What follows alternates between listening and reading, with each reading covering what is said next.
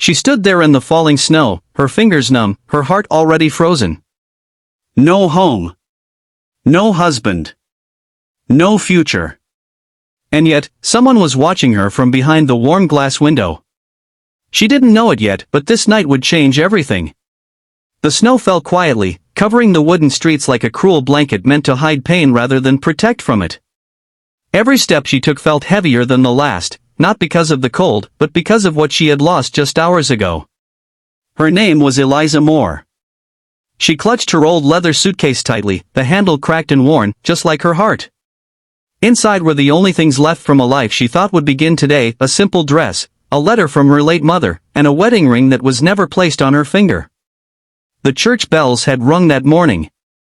The guests had gathered. The flowers were laid out perfectly. But the groom never came. They said he had left town. Some whispered he had never intended to marry her at all. By evening, the town had already judged her. A woman alone in the West was seen as a burden, or worse, a problem. Her aunt, the only family she had, refused to take her in. "I warned you," the woman said coldly. "Now you must live with your choices." And so, Eliza found herself on the street, snow soaking through her thin shoes, nowhere to go. Across the road, warm light spilled from the windows of a small diner, the only place still open at this hour. Laughter echoed faintly from inside, sharp and painful to her ears. She stopped walking. Not because she wanted food, but because her body could no longer move. Inside the diner, Caleb Wright sat alone at a corner table. A rugged man in his early 30s, with tired eyes and a face shaped by years of hard work and harder losses. His plate of food sat untouched as his gaze drifted toward the window. That's when he saw her. A woman standing in the snow, wrapped in a dark shawl, clutching a suitcase like it was the last thing keeping her upright. She wasn't begging. She wasn't knocking. She was simply standing there. Something tightened in Caleb's chest. He had seen that look before. Hopelessness. The waitress followed his gaze. "Another drifter," she muttered.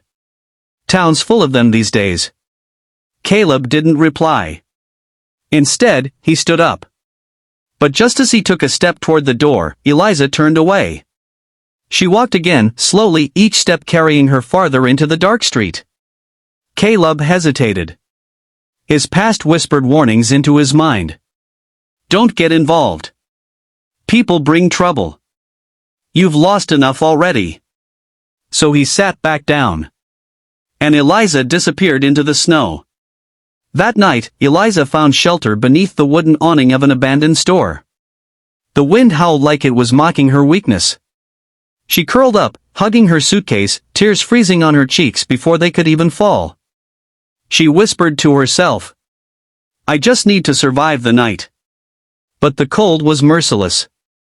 Her breathing slowed. Her vision blurred. And somewhere between pain and silence, she collapsed. Caleb couldn't sleep. Her image haunted him, the way she stood alone, proud but broken. At dawn, guilt drove him from his bed. He walked the streets, snow crunching under his boots, his breath sharp in the cold air. Then he saw her.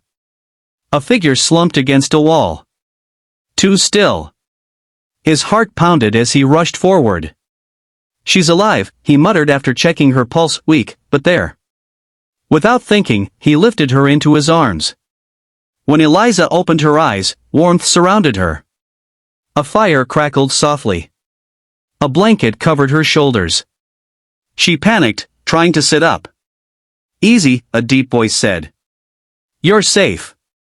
She stared at the stranger before her. The same man from the diner. The one who had watched her from inside.